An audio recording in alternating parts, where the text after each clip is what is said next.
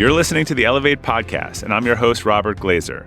Join me as I talk to world-class performers about how they build their capacity and reach greater heights in leadership, business, and life, and how you can do the same.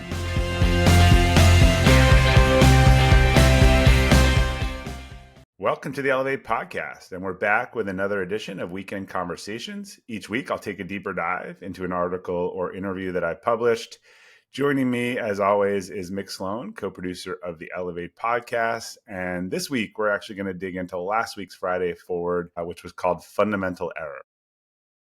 The fundamental error referenced in the title refers to the fundamental attribution error. This is a cognitive bias where we attribute our successes and positive outcomes to our own talent, hard work, and just inherent goodness, and all of our negative outcomes to stuff outside of our control, like bad timing, bad luck, and in some cases, other people's incompetence. So what is your entry point to this fundamental attribution error concept? I was involved in a couple conversations recently, one in particular where someone was sort of talking about this period years ago where everything was working great for their business. They were kind of hitting on all cylinders, and they kind of had the Midas touch. And since then, that had not been the case, and things were really struggling and difficult and otherwise. And as I kind of listened to this story, you know, the narrative, which is familiar in this, was kind of like, man, we were really smart as a business and just did everything right then, and executed perfectly. And now just like it's just all this bad luck. It just, I note about this principle. I think we all kind of know it inherently, but when you're reminded of it and you start seeing it, very few people attribute luck when things are going well, but they're very quickly to talk about the external variables when things go poorly, and that creates a whole host of problems. Yeah, as it comes up a lot. This is such a good example of it because it is a common mistake that people make of running the exact same playbook of something that has worked for them before and not recognizing that they might be doing it in a different environment. We'll talk about expertise transference later in the conversation, but in some cases they'll try and apply things that worked in one case to a different industry or a different type of organization. And I think it probably all just stems from the fact that it is very difficult to be self-critical, and there are always so many things outside of your control that can be pointed to as excuses, right? Yeah, and it's a matter of how much do you look internally and how much do you look externally. And do you look externally at the times when things are going well? We tell in the Friday Forward, kind of have this anecdote, right? And I heard a lot of stories. It's a made up story, but I heard a lot of things that sort of could have been true around this. I realize that sounds worse than I'm making it. But so I'll just tell the story, which was, headed into COVID on that Friday when the world shut down. You heard stories about people who, signed their lease like the week before for 3 years. And then other people who imagine someone forgot to sign their lease on a Monday and triggered their discount and therefore was totally out of a space that they didn't need. I'm not sure that there's a lot of brilliance in either one of those things. I think in fact, you could argue that the first person did the responsible thing and signed their lease on time. And had there not been a COVID pandemic, the second person would have made a very costly mistake. So there are these exogenous factors that dramatically, if you look back, you can say, wow, that person was anyone who did something right before COVID or right after COVID brilliant or not brilliant? Like, I don't think so. If it meant that the event dramatically shifted the efficacy of that decision. Yeah, there's a really good example of this I always find it interesting throughout history that people who are the beneficiary of a certain type of boom cycle in a good way or a bubble in a more negative way, they make a lot of money from something and they have an extraordinary amount of market power going forward because of that. And so, for example, you think about how a lot of people who got rich in the dot-com bubble were actually very capable, very smart. They had the skills that they probably could have been successful in another type of dynamic as well. But there's also undoubtedly a lot of people who got very wealthy during the dot-com boom. And then they thought that because they were so successful in a very unique environment, that they had the Midas touch. and that they, for example, made a lot of bad investments that didn't pan out and they didn't understand why. My career started in that phase, and it was the most ridiculous bubble of all bubbles. And I can tell you, and I have bubbles and my people mind in my head on that, like people who had an idea, raised money, sold it, never had a dollar of revenue, made millions of dollars. You'd think, wow, this person's, I mean, they were just in like right place, right time. In fact, not that, in the history of the world, most of the wealth has been made by the early entrants in some sort of revolution, whether it was information or industrial or otherwise in the first couple, and not that they didn't do good stuff, but disproportionately they executed, or the PC, like in the right place at the right time, and actually the strategy executed at a different time. Not that we wouldn't have been successful, but it might not have been generational type of success. So there are a lot of those dot-comer fail forwards, because I think, other than maybe a little bit the AI thing now, although there's real and there's hype. I mean, people actually like did nothing and were able to generate a fair amount of money, because the mania of that bubble was like anything I still haven't seen then, even though we've had a lot of mania. So right, if you have this kind of $4 or $5 million and you think you're brilliant and you think you can raise money and start companies that have no revenue and sell them for a lot of money, it's probably not going to happen in most time periods. Yeah, and there are so many examples of people who are very successful in a certain setting, and then they they sell their company, they get a lot of money, and then they put it into a bunch of investments that don't pan out. Or, a really common one that I think about a lot as a big sports fan, someone who is very successful in a particular business, and then they buy a sports team and they run it into the ground. Yeah. And Although it's the it's irony, the opposite's kind of happening in the NFL now. The professional run ones seem to be making better decisions than some of the multi-generational family ones. But I want to go back to your first example, because you sort of glossed over it, but it's a real one.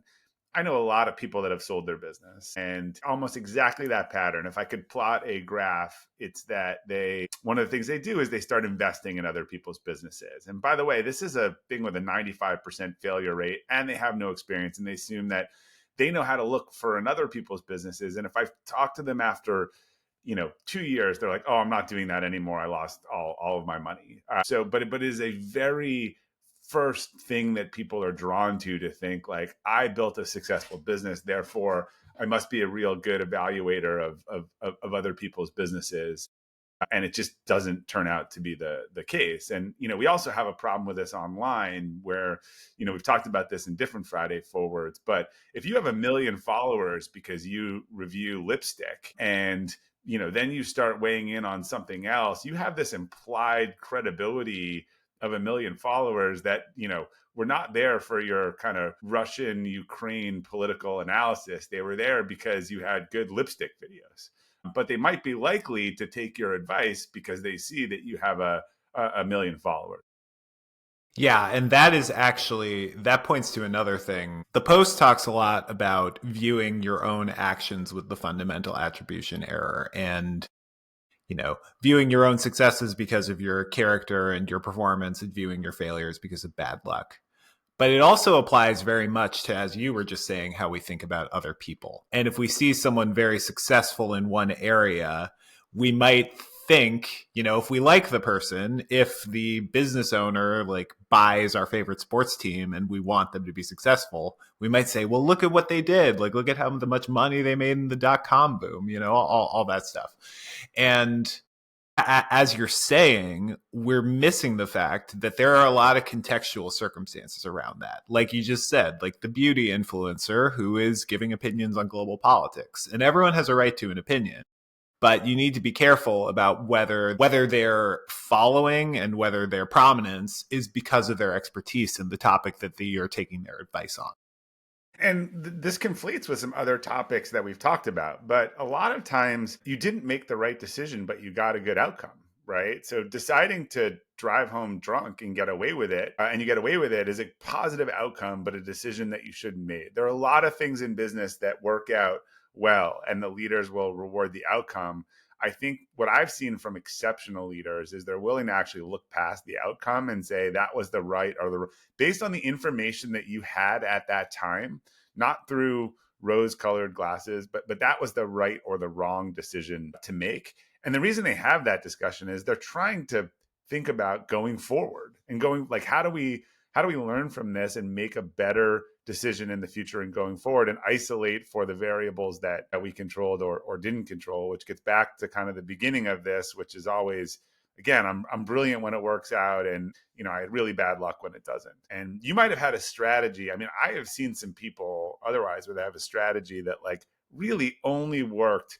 Look, my favorite one, not to get on a thing that drives me nuts, that this, is Cathie Wood. So Cathie Wood is this investor who 5 years ago sort of had a strategy about being all in on money losing high growth companies, and the market was all in on this, and her performance was off the chart, and she was kind of the number one performing fund. Now, since that, she's been one of the worst performing funds for many years, and actually on average probably below any sort of market. But CNBC and all these financial play, they love Cathie Wood. They say Cathie Wood's doing this, she's buying this, she's selling this. She hasn't had a good year or above market year in years. I mean, that might have changed in the last 6 months, but it's probably reversed itself because the strategy that she keeps employing and tripling down on really hasn't worked in the same way that it worked 5 years ago.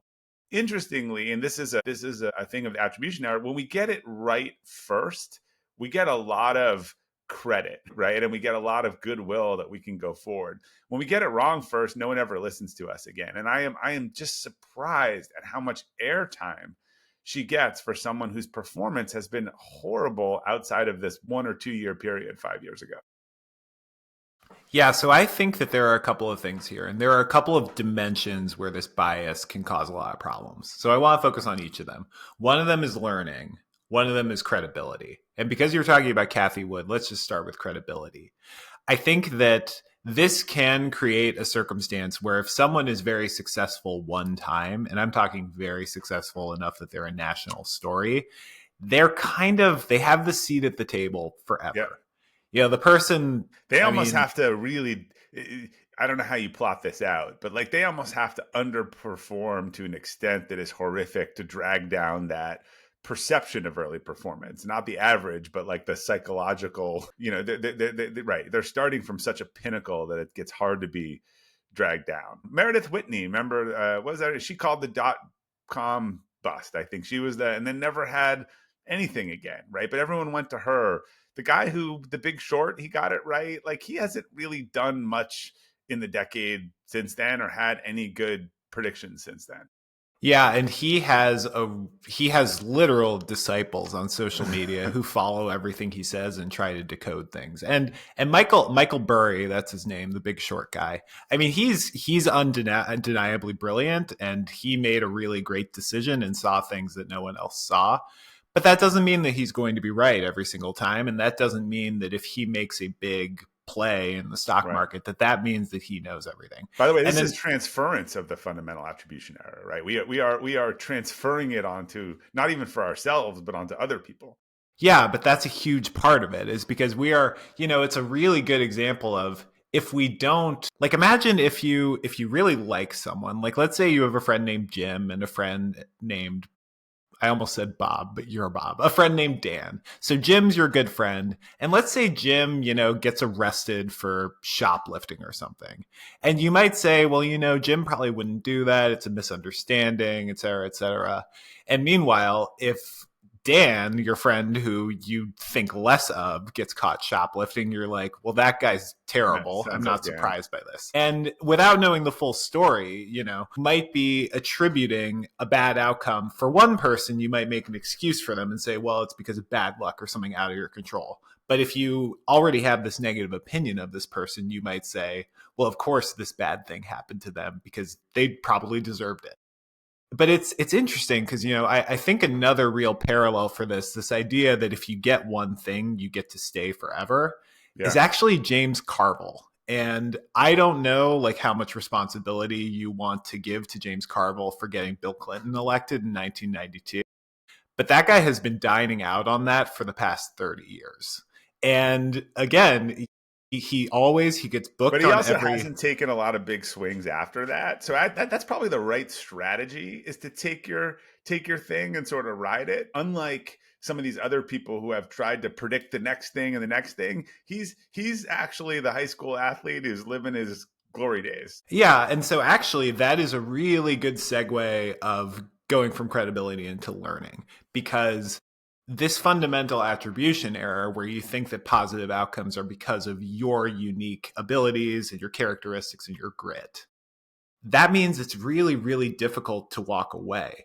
That's why it's hard for, this is why gambling sites offer free bets to anyone who signs up, because they know that if someone does a free bet risk free and they win, they're going to say, I'm amazing at this, I'm going to keep betting, and this time I'm going to bet my own money. And that is when you don't learn, or when you don't think about the external factors that contribute to a positive outcome to you, in gambling cases, just luck in a lot of cases, for example, you're going to learn the wrong lessons from your successes, and you're going to think that you can do no wrong. I mean, I have a personal example of this that, until you said this, I think was buried in the back of my head. So back in 1998, I had some of these tech stocks. They were up a ton. Bought a first condo, and my brokerage firm offered a product where you could get a below market rate for pledging your stock portfolio basically against it for margin. I was like, this is a great idea. Look, how could it fall 50%? And lo and behold, I did it, and it fell 50%, and it got better. I mean, it was very scary for a while, but I got out of it. I was able to refinance the mortgage. It actually ended up pretty well. But I was like, I would never, ever do anything like that again, right? The good ending was, the learning was like, things can go wrong in ways that you don't expect and haven't happened before. And I did not in any way, shape, or form think that that was a smart decision. Wait. So you tied your tech stocks to your mortgage somehow? Is that, I'm not super proficient in these things, so You I, could I need like you to explain. pledge your stocks as sort of mortgage collateral and get a below market rate, basically. Oh no. But then you had to start paying in money if the collateral kind of wasn't enough. And so you got out of it, I but I got out of it. I was you able to got out of refinance it, but into you additional mortgage. realized. It was potential. And so you got out of it, but you Yeah. didn't like walk away and say, well, I could do this again because I'll just get out of it Yeah, like I if you did just last time it time. perfectly, then it's all good. I was like, I'd never touch anything like that again, and I have never used leverage in my life again like that. That's a good lesson. And see, that is fighting against the fundamental attribution error. The flip side of it, I think, that's really important is it also prevents you from learning the right lessons from your failures. And failure and loss can be a really good teacher if you have the self-awareness to see the lesson in there. But if you attribute your failures to bad luck or to bad timing, then you're not going to learn from them, and you're not going to reflect on what you might have done wrong. Yeah, 100%. If you can't, and again, this is really hard for our brains to do, but if you're able to look and say, look, man, that was a good strategy, but that timing was lucky, and I don't think that would work again, right? You just see people. We had this lightning in a bottle post. You kind of see them trying to recreate things that are not recreatable. So some of this is just the willingness to take an honest look at this, and I guess assign less to our brilliance than our ego wants us to do in these cases. Yeah, so I in reading about this and preparing for this conversation, I found research that suggests that a lot of individualist, predominantly Western cultures like the United States are significantly more prone to this type of fundamental attribution error than a collectivist culture might be. And I think that makes sense because there's this degree of rugged individualism and self-reliance that is in that type of culture. I'm curious because I know one of your core values is self-reliance. How do you steer clear of that trap? And how do you think about it? Yeah, it's interesting. I don't think a lot of the people are genuine around that because I think they want it when it helps them. And then when they're in trouble, they're happy to, accept, whatever the collectivist wants to, hang out. But I think that, yeah, I don't know. That's tricky. I think I think I try to process a lot of information around kind of what's going on. And I'm very aware that there are markets and moments. We included in the piece something about a conference I was at with a discussion of M&A, and there was a chart about, the poor businesses sold at the right time went for 50% more than great businesses sold at the wrong time, right? So again, you could imagine two people both decide to sell their business and one's a week ahead and then the market collapses. Like, so they both maybe had some foresight or were smart in thinking about, hey, this is a good time to sell. But I'm not sure that any of them could have predicted, a week difference between the capital markets locking up or otherwise. So I think it kind of goes both ways. I actually think it is good generally to the sort of focus on what you control. I think it's good to think about the locus of control as internal. Well, there's recognizing that there's a bunch of external stuff, but it's almost like the problem to me is more the other side when you sort of live in the it's all external and I don't control it and I have no agency.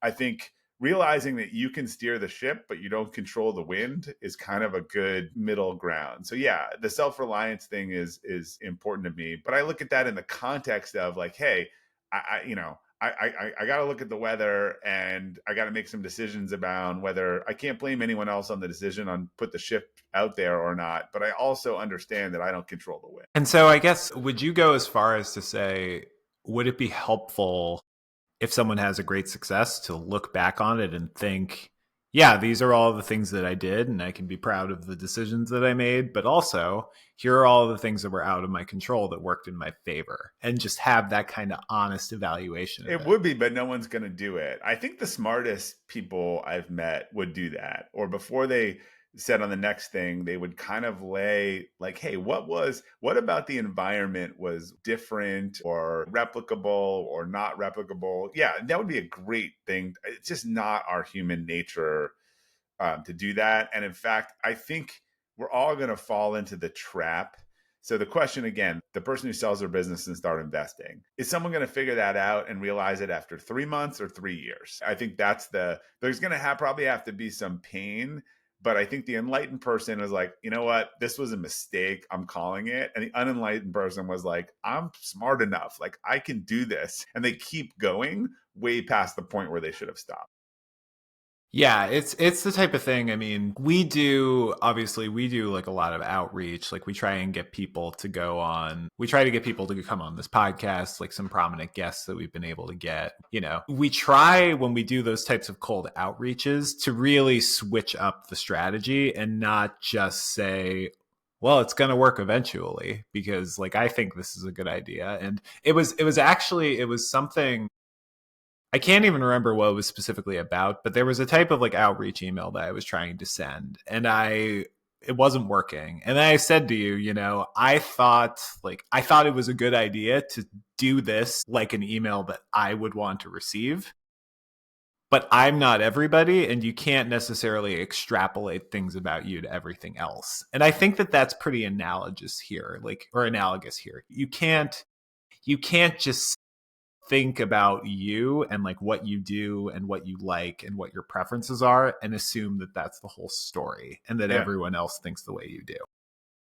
It ties to when I explain the capacity building framework. So a lot of times I say, look, spiritual capacity is building the car, spiritual capacity is designing the car, intellectual is building it, physical is testing it on a test track, and emotional is putting the car out in the world with other cars and other drivers at 200 miles an hour and seeing how it performs.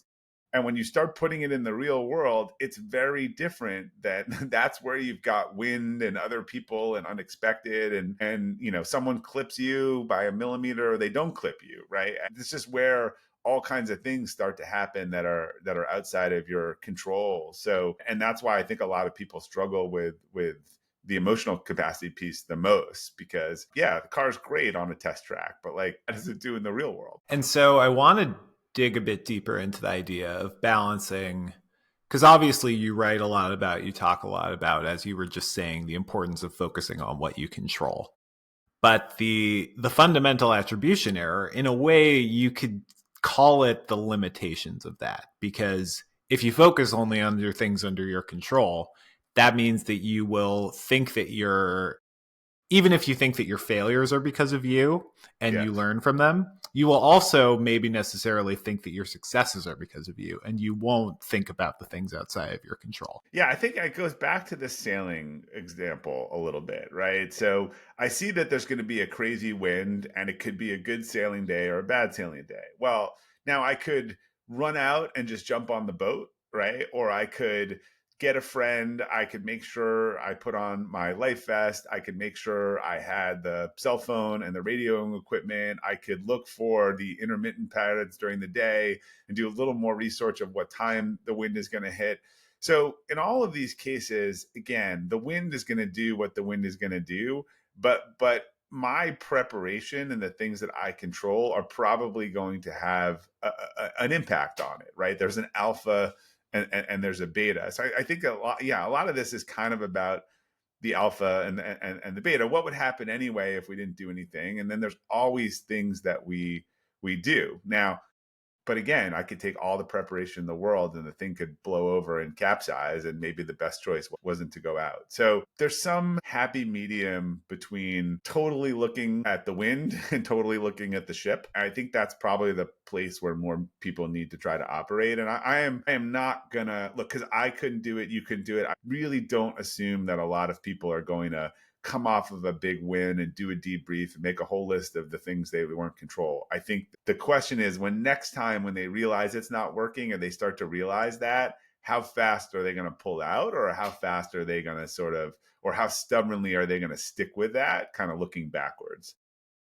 Yeah, and I think that that's a good way to frame it, because as you're saying, focusing on what you control isn't the same thing as being totally oblivious to what's out of your control. It is being aware of what is happening around you and what the circumstances are, and knowing that you can't change them, but you can change your reactions. And your reaction's really important there. Like if you look at something that happened that wasn't in your favor, or if you look at something that happened that was in your favor, like a person who builds a business that excels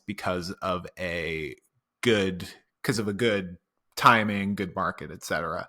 That doesn't mean that any person can be as successful as they were under those circumstances. And actually, that ladders to another concept from the Post, where you talk about how Jeff Bezos, from his own admission, benefited from great timing and good fortune when he was building Amazon.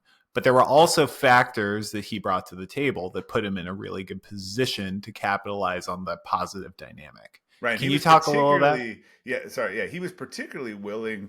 Look, they had excellent strategy and operation and discipline. And at one point after the dot-com boom, their stock was down 90%. And a lot of people could have been like, this is over and this isn't working. But he was resolute on some of these strategies and thing that would have made the same, and kept investing and kept making good decisions during that downtime. Because again, he thought that they were the right decisions.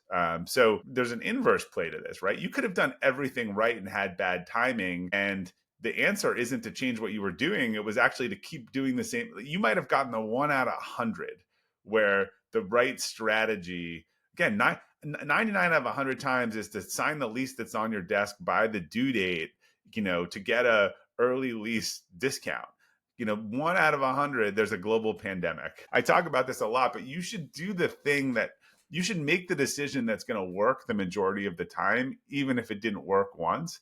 I think that's where someone like Bezos is super, super disciplined and really good at. Yeah, that's a really good distinction, because the lesson of the fundamental attribution error is not if something doesn't work once, if something doesn't work once, that means you should never do it again. It is, as you're saying, it's about having the discipline to play the odds and to recognize what is something that can work under most circumstances and just may not have in a very narrow context. Yeah, exactly. It's all very complicated, and I'm a big proponent, and I think this should be a future Friday Forward and something we'll talk about. This notion of exception management. I think way too many people celebrate some of these exceptions, and in situations or in the business, if you have things that you have data on where it works or doesn't work 90% of the time, you should unemotionally follow the decision framework that produces the result you want 90% of the time. People will make a case for that 10% it didn't work, but by doing that, they're encouraging you to focus on the 1 out of 10. We talked about this, the data on like matching offers is like Counter offers. counter offers is pretty horrible. It's like 90% of the time they're gone within 18 months. But everyone will be like, but we matched it for Mick, right? And he stayed and he was great. But in doing that or in celebrating that, you are overlooking the 9 people for which it didn't work and it had a huge cost. And as much as Mick is great, the right decision was not to counteroffer Mick. If I knew it's a 90% failure rate, I'm totally discounting all the time, money we wasted by not applying that process easily. And that is a mistake that I see a lot of companies make with their decision, particularly with the data we have these days. Another one, like, and companies are afraid to do this. I have asked more CEOs and leaders. I asked one yesterday. I was talking to you because they're very afraid about hiring the wrong person.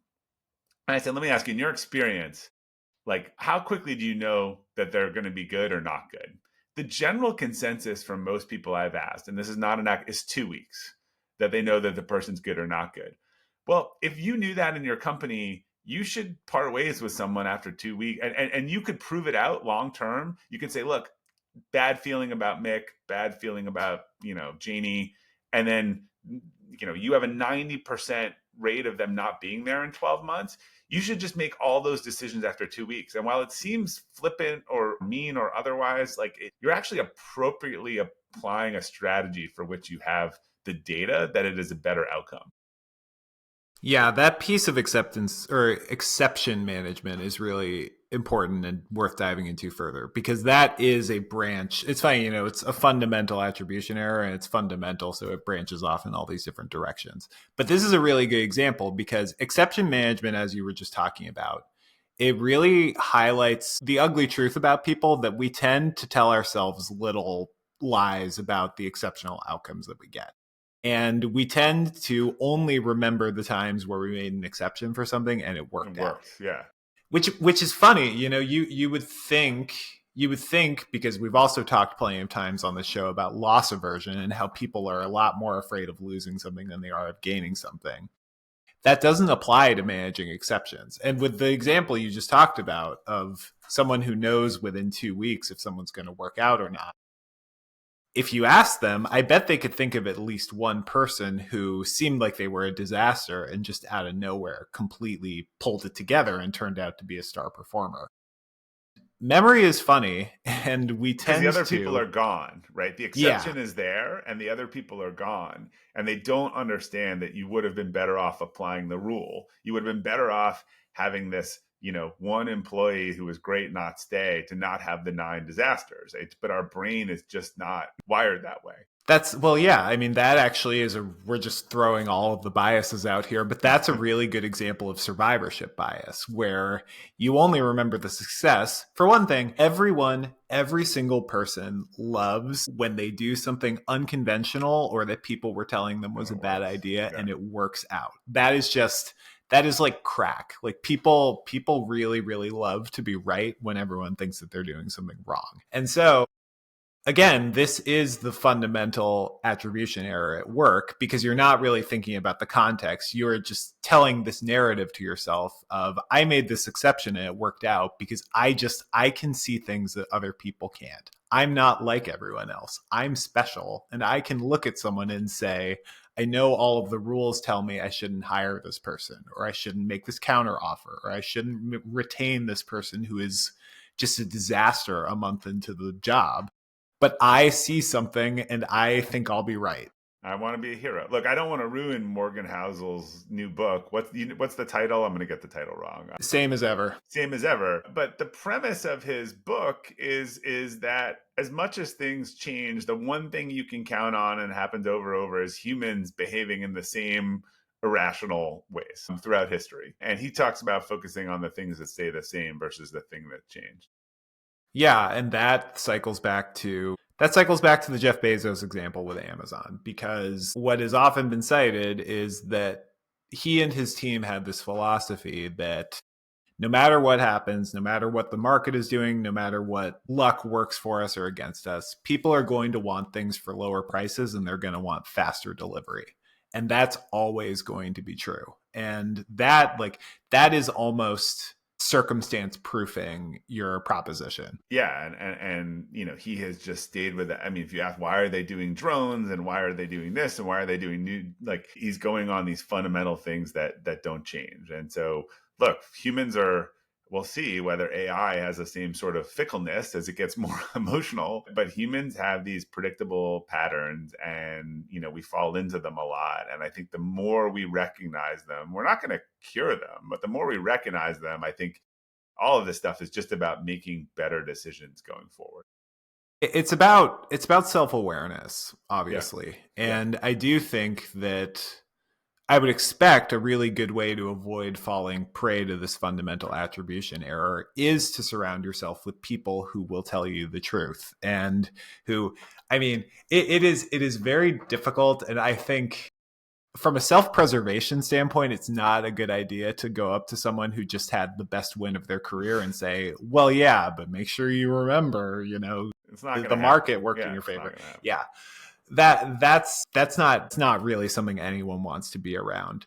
But you do want to have people around where if you have the wherewithal to say, look, I want to think about whether maybe this thing that I failed at wasn't just bad luck or bad timing, to have people around you who can be honest with you and say, look, the product launch failing wasn't totally your fault, but you did do this thing and this thing wrong. And that is important to learn from next time. 100%.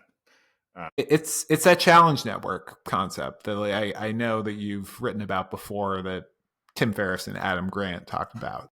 Yeah, and look, it gets us into the quote of the week, which was the trick is to recognize luck when it's happening and take advantage of it. So I think some people are fully aware when you're in these situations where everything's going right.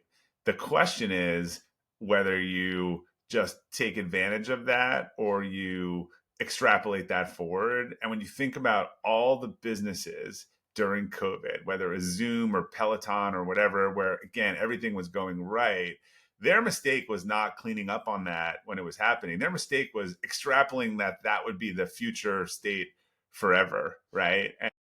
And it's so hard not to do that.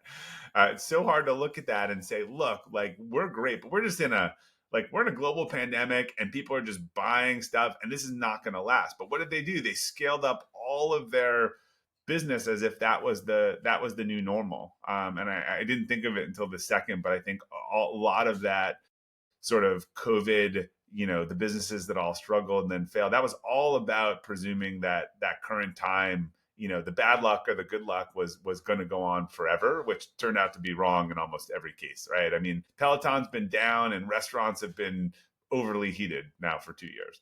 Yeah, it's interesting though, because thinking about the Peloton example, the in a vacuum smart thing to do would be if Peloton had come out to their investors or to their board and said, look, we just had the best year ever. We had this incredible growth. Everyone's trapped inside and people are buying Pelotons because they are afraid to go to spin class. And inevitably, when this pandemic recedes, we're going to have our market dip a bit. And so you should trim your sales and like temper your expectations accordingly. But Peloton, being a publicly traded company, I would imagine that they wouldn't have the flexibility to just say, "Hey, public holding investors, yeah, our numbers are going to go down because we just rode a really great wave. So we're going to figure it out long term, but you're going to have to bear with us when our value decreases a bit next year." They probably couldn't have said that, Or right? they could have, look, what they could have done is they could have raised prices, they could have raised a ton of money, they could have invested it in something a little bit different. But what they did was they just invested in capacity, Doubled right? So down. they just tripled their capacity, assuming that people were going to buy at the same rate forever. I mean, I can't think of a better application of the fundamental. People liked Pelotons; they had a great product, but the moment the suddenly 3x demand, like that just wasn't going to last. I think similarly, I think a lot of people made bets, probably really good bets, that people were going to eat at restaurants again, right? That also was not going to be a permanent thing. Yeah, it's funny. I mean, the changes were not permanent. And I think there was a lot of talk of this is a paradigm shift. This is the new normal. And in some cases, the remnants of the pandemic are still visible in day to day life. Yeah. But I think if you compared, video of cities before and after, today versus 2019, they'd look more similar than I think anyone would have expected at the It's time. coming back to it for sure. Yeah. So you already mentioned the quote of the week. And so rather than closing out there, because I think you explained it well, I want to ask you, how do you think about the role of luck in your own life and in your own? Um, yeah, I look, lot of I've had a lot of good luck and a lot of bad timing, and I've even within those situations, I think I've tried to control what I control. I think a lot of times there was a Friday Forward I wrote years ago about like right decision or wrong decision. We tend to think about it was about actually that same condo was a disaster. Like I bought into that condo, we had termites, we had asbestos, we had a, a property manager who was stealing money and embezzling. And you could be like, wow, that was some really bad luck, right? But so from that point, we just did what we could do. I joined the board, got some younger people. We fired the manager. We had a special assessment. We fixed up the building. And that turned out to be like a really great return on investment 4 years later. So it goes both ways, right? To be like, man, the world's conspiring against me. This was just bad luck. How could all of this stuff, go wrong? I think you have a little bit of stoicism. You say, okay, this is where I am, and now what can I do? But I've been incredibly lucky at times. I've been unlucky at times. I try not to get too high or too low on those things. In fact, when everything's going really right, I'm probably too scared. I probably cut bait too early. I'm a little too scared that it's going to regress to the mean. I had a business years ago that I had an affiliate, marketing website, and man, it was in the right place at the right time, and it was generating a ton of profit. But the world was changing, and I could see that it was going to go away. And so I think I did the right thing you should do in one of those 2x2 BCG matrix cash cow, which was I didn't kill it, but I didn't invest in it, and I just let it run its way out. But I did not. I remember like this could not possibly go on forever. Like I knew it was in the right place at the right time. Well, I think that you have a real philosophy. And again, we're talking about process and rules versus exceptions. It's not a surprise that you love Bill Belichick and the New England Patriots because you'd always rather be too early than too late. I think, that's fair to say, right? On the downside. Yeah. Yeah. But except, do you think it's fair to say that you think about the downside more than the upside? I probably lost on upside because I think about the downside too often and hedging and that sort of stuff. Well, you had that formative experience with your tech stocks and your mortgage. How old were you? You said it was the 90s. Were you like 23? I was like 25. Yeah. Yeah. But look, I mean, to the attribution error, I had some picks, and I wrote a paper on a company in college that ended up then going up like 1,000%. I had bought the stock, and I had a couple right. This is what now I'm forgetting who described it. I don't know if wasn't Morgan Housel, but this is like this is Nassim Taleb. Like the story of traders is that people who really trade is that they make a good trade, they make it again, it works, they lever it to the hill, and then they basically like take down the bank as soon as the market changes. And the traders who last forever are much less risk oriented, are much more sort of consistent. But he just followed this pattern throughout time where people are right once. If they're right again, they will then back up the truck the next time, and then suddenly they're unlucky. And that's been a pattern going on for time. So I've tried to learn from. Yeah, well, it's a good lesson. I once heard that the best gamblers know that the best gamblers' win rates are probably about 55%. This is the quote, the quit. Annie Duke, you know when to fold them, right? Yeah, exactly. And you know that you don't want to over leverage yourself after a win, because if you know your hit rate's about 55%, that means there's a real chance your next bet is going to go bad. And the trick in a mania or a bubble or a good thing is that the most money is made right at the end. So this is the problem, right? And then it falls off a cliff.